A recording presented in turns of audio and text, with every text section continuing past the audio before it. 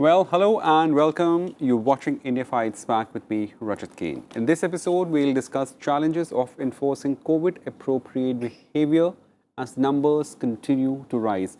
Now, COVID-appropriate behavior, the experts usually refer to, in short, or rather in the common parlance as we talk, is about A, keep wearing a face mask, maintaining physical distance, that is like, at least 3 feet at least, and lastly, maintaining sanitation around, keep washing your hands, and wherever we go, try and avoid touching anything which is not required. If you do that, keep sanitizing your hands and body.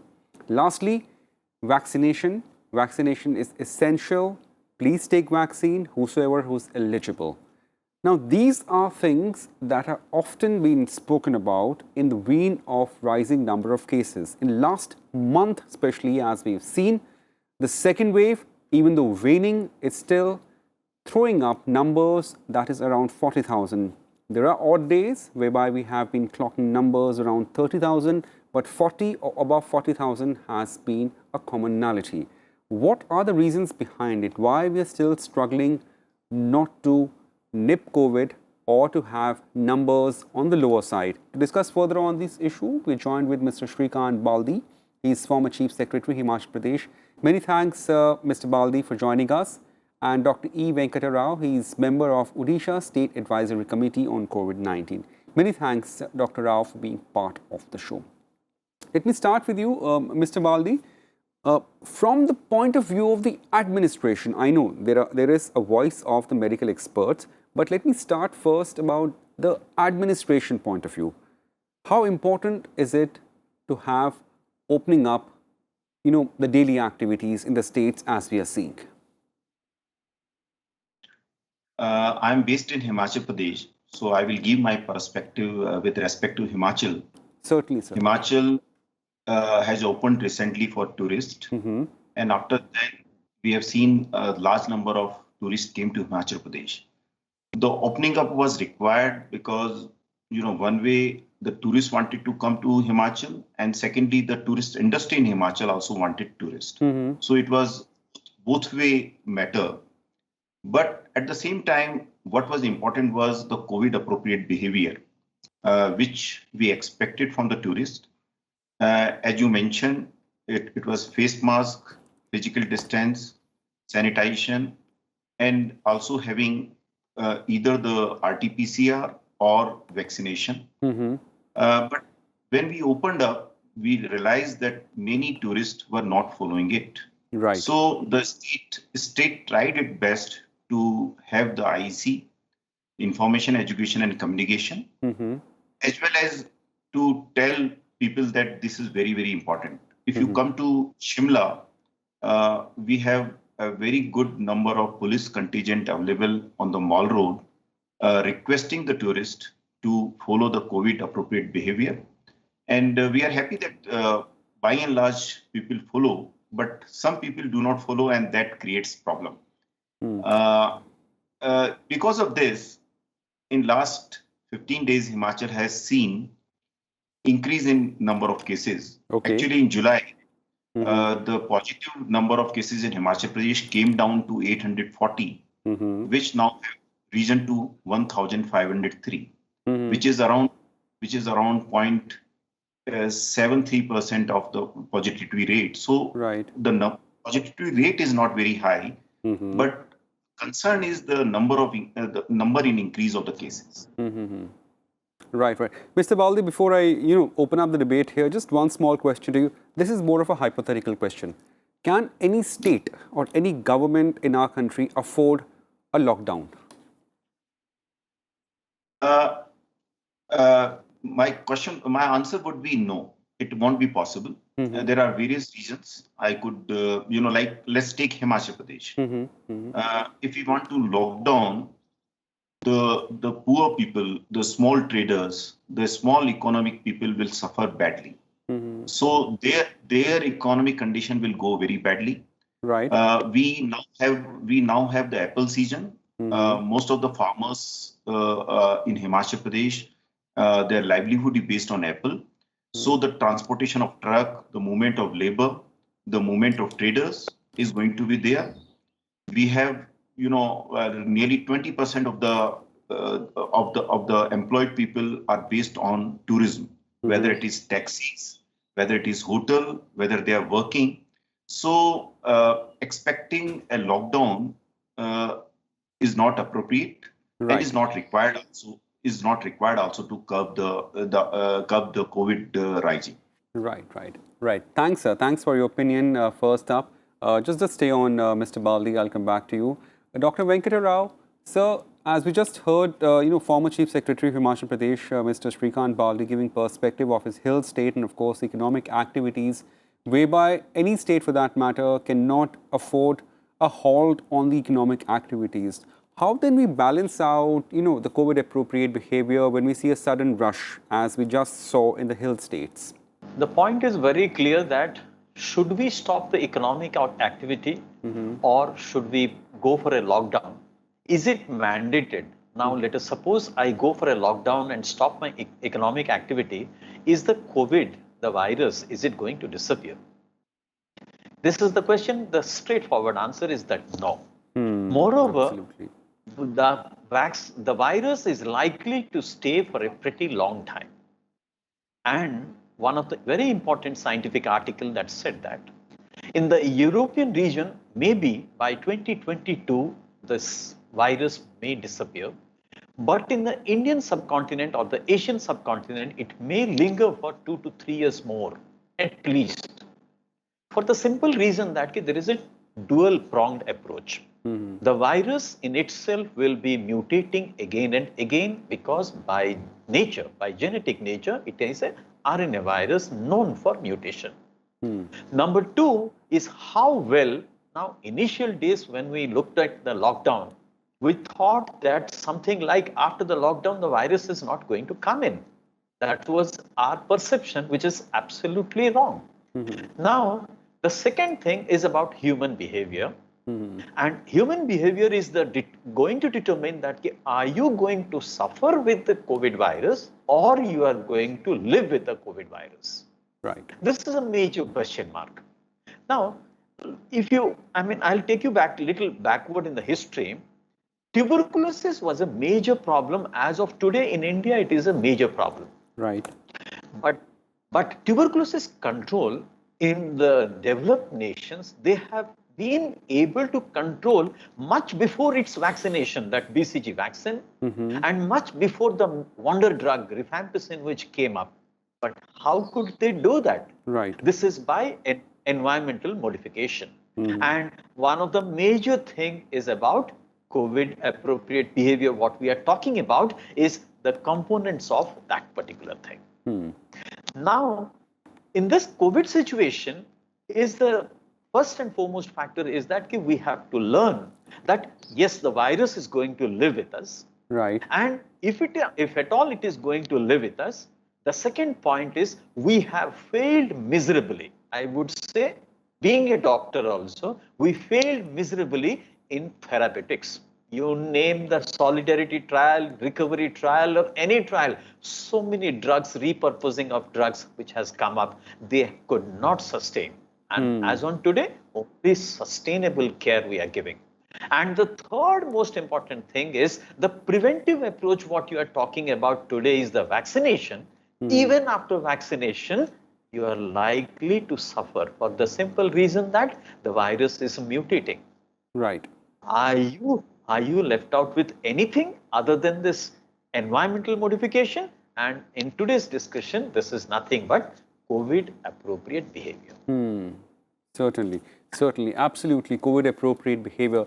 We will take a couple of important issues here as well, Dr. Venkata Rao, and that's about the long COVID. But let me just first go to Mr. Baldi here and ask a very pertinent question regarding his state. Mr. Baldi, as you mentioned that cases of late in your state has risen, and we know that for the fact that even our number, the mathematical determination of how many a single unit of patient is passing on infection to others, that has also gone up.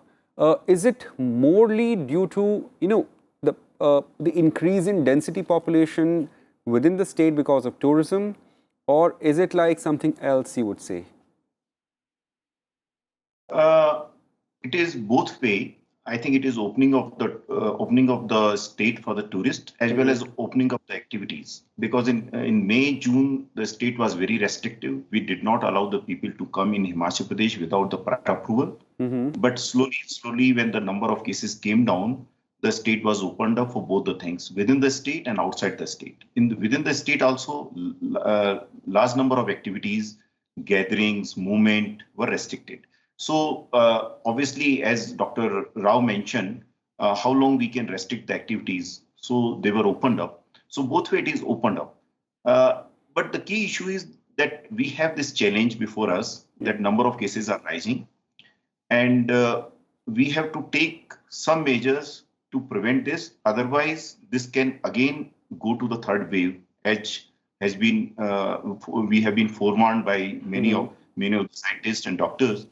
I think what Himachal has done, and I must say that Himachal in second wave was successful in at least it was not in a position of crisis. It was able to handle most of the situation. What we did was that we had a massive IEC activity about the COVID appropriate behavior, whether it was electronic media, print media, radio jingles. It was quite a large number. Our chief minister came forward and he had large number of video conferencing with the Gram Panchayat Pradhans, Sarpanch, members, and educated them about the COVID appropriate behavior. Right. I think giving a COVID appropriate behavior by the community leaders at the Panchayat level, at the district level is very, very important. And that definitely helped that people should not gather because it is not the individual behavior. The major problem comes with the gathering during the festive season, during weddings, and during fairs and festivals. So that was the major issue. Actually, if we see in April, May, the large number increased because of weddings and because of mass gatherings, whether it were political gatherings or it were other gatherings. So having less number of gatherings was very, very important, and that was effectively done in Himachal Pradesh. Second, we obviously closed the schools, but we did not close the education. Right. We had a very good program on Har Ghar Hai Pathshala, where we made every house through online education. So the children cannot go physically to the school, but they had the education link with the teachers as well as with the school. Right. Third thing Himachal did, I think was very good was that we ramped up our health infrastructure. Other state also did.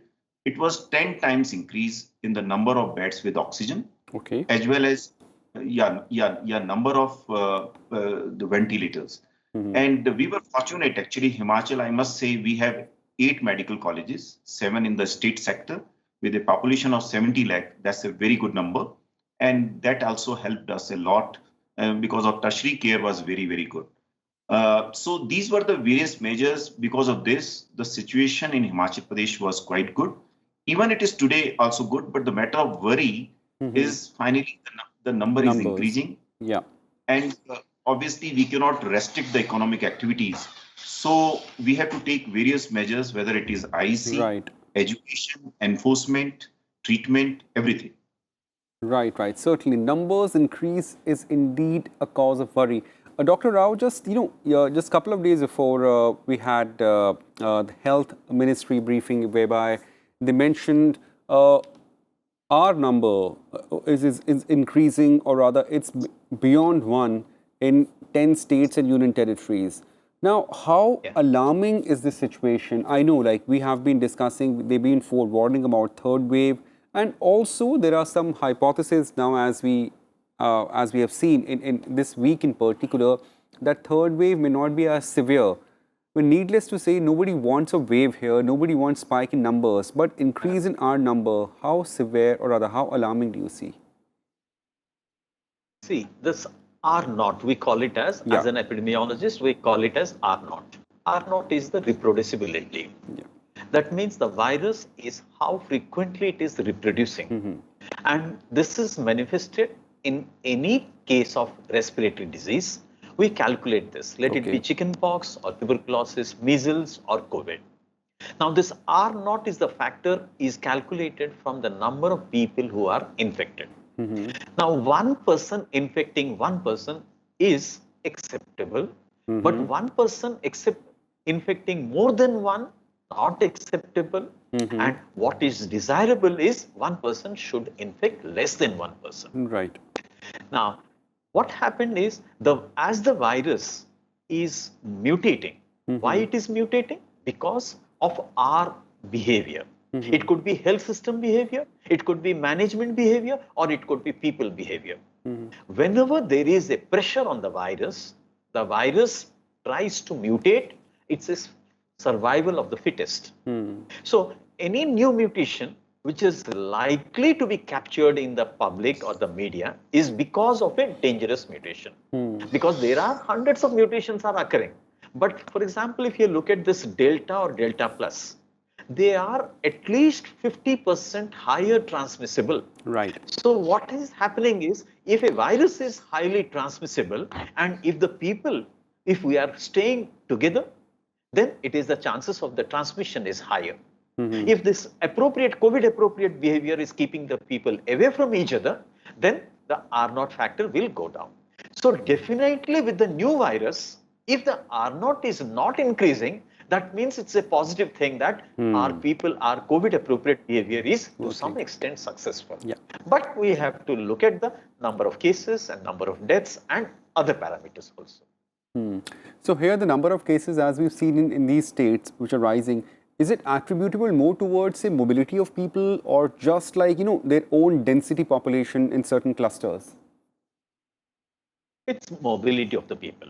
That is the reason why I say that this COVID appropriate behavior, see, forget about this COVID, you think about the road traffic accident.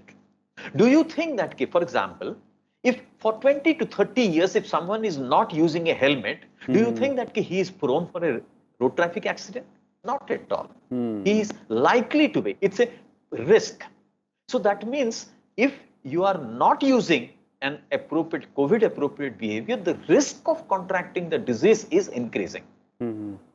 But still, if you look at the people, they don't use the helmet, they carry the helmet. Right. Whenever there is an administration is looking for, immediately put on and use it. Like today, what is happening is they are putting that as a chin guard. So I asked a person, this is just to understand that why COVID appropriate behavior people are not using it. I asked simply, is this ear not hurting with the mask put on? Yeah, it hurts. Then why don't you protect your mouth and nose? He says, sir, we are using it just for the fear of the police. So this is the biggest challenge. This is the biggest challenge, that with the COVID appropriate behavior, life is possible. People who have been using helmets for ages are comfortable.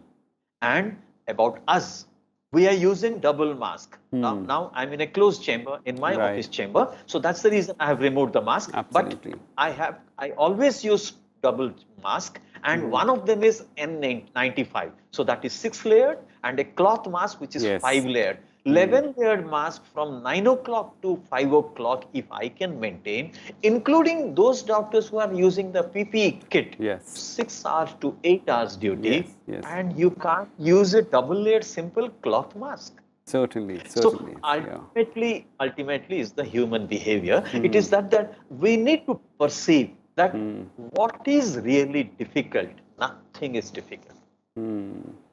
Right, absolutely. Shrikant Baldi sir, this is the human behavior that we often come across, like, the enforceability of any new thing, any new norm. But now, since, the COVID appropriate behavior, or to say wearing a face mask and maintaining physical distance, is nearly 1.5 years old, what difficulties did you face when there was glut of people in your state at the peak of tourist season? I know tourist season is still on, but as you saw earlier this month, those were scary pictures indeed. I think you have raised a very important point. As Dr. Rao mentioned, that we have to live with the COVID virus for a long time. But our IC, if you take our telephone, the message would be, keep appropriate behavior for some time till the treatment is there. So everybody was expecting that it is a short span. In phase one, I could see that the whole district administration, the health authorities, everyone worked with zeal, and the people were also, were helping, accommodating. But when it became too long, I think there is a fatigue which has come in, and people are finding it very difficult to stay where they were, and they want to move out. That's perfectly normal. Now, how do we reconcile two things? That is the movement, transportation, and COVID appropriate behavior. I think we need to change our strategy that there is going to be the economic activities, there are going to be the movement, but at the same time, we have to educate them about the COVID appropriate behavior. And we have to tell them clearly that it is going to be for a longer period and you have to sustain it. So the strategy has to be on that direction. Plus, COVID appropriate behavior is one part, is the individual one face mask. But the major issue is the social gatherings, whether it is festive, whether it is other regions. Like Himachal has taken initiative that we have large number of state-controlled temples. We have told that they will not operate. There was a little bit of hue and cry, but we have one has to take a lead. Absolutely. So similarly, all the fairs, festivals, the number could be reduced, and with less number, if we can educate, because enforcement alone will not work in a sustainable manner. It's already 1.5 years. It has to be the mass education, understanding, and making the leaders of the community understand that this is going to stay for a longer time, and everyone has to behave properly if we don't want the third wave. And people understand this. They definitely want to. So that type of education is required. The only point I would like to add, Dr. Rao mentioned that even with the vaccination, people have been infected. But experience in Himachal Pradesh and other places is that the vaccination has really helped. What I have seen is that in the first phase, in the district administration and the police, large number of people were infected and it became a crisis. But in the second wave, because all the front workers, the police, got vaccination done, and it were 2 doses, there were the number of people who got infected were very less. The fatalities were very, very less. So vaccination is definitely helping. It is reducing the severity, and it is also reducing the number. So the longer term, obviously, the strategy has to be complete vaccination. I must say that India has done very well. With 49 crore vaccination, is a remarkable achievement in the world. We are the second country after China. But at the same time, seeing the enormity of the number, 130 crore, I think we need to increase the number of vaccination, because that is the long-term solution till we get the treatment. So the vaccination has to be ramped up. And Himachal also did very well in vaccination. I must say that we have already done 54 lakh vaccination vis-a-vis the population of 68 lakh. So that is also one of the safeguard we have. But that need to be done at the national level, international level, because we as a country and we as a world are one as far as fighting against the COVID. Right, certainly. So we need to ramp up vaccination. Last word to you, Dr. Rao. I mean, do you also agree that certainly, we possibly have done well in terms of vaccinating number of people, but little more push is required? Yeah, definitely. I'll put up 2 important concepts here. One is about the vaccination, what is going on. Definitely it has helped us, until we have to keep our fingers crossed that if a new variant comes, then we will be in trouble. So for that, even if you are vaccinated, yes, vaccination has really given us a remarkable support, remarkable relief. But we have to keep our COVID appropriate behavior over and above vaccination, because the false sense of security, we may lose the game what we are into it. Number 2 is about, you might have heard in this social science, there is something called optimism bias. People have got a belief, this is optimism bias, how is it described? It is that optimistically they will be thinking and they will be biased that, okay, I am not going to be affected anymore. because I'm vaccinated. Right. Okay, I'm not going to be affected because, okay, I'm not going so far off. I'm not, the guys with whom I am meeting, okay, they are not likely to be infected. So that kind of an optimism bias, which is likely to create much more danger. Now, this is the biggest challenge to face this COVID appropriate behavior. As long as you are putting on the mask, you will say that, yes, I am protected. When you remove it, you run with the optimism bias that, okay, I have just removed it for a while for this or for that purpose. Only for the marriage I'll go, only for the temple I go, and in the temple I may not contract. Right. So these kind of things should be avoided. Absolutely, absolutely. We will leave it there. Dr. Venkata Rao, many thanks, for elaborating on this extremely important aspect. Many thanks, Shrikant Baldiji, former Chief Secretary of Himachal Pradesh, and of course, like your state has been instrumental in terms of taking steps, detrimental steps, so as to curb the inflow of large number of people. At the same time, as we speak, the second wave is not over yet. There are some states and union territories, or to say districts in particular, which are still registering number on the higher side, and that happens to be concerned. So what we have to do, at least this is one bit we can do from our side, keep maintaining COVID appropriate behavior. Well, thank you for joining us, gentlemen, and many thanks to our viewers for watching this edition of India Fights Back. Thank you. Goodbye.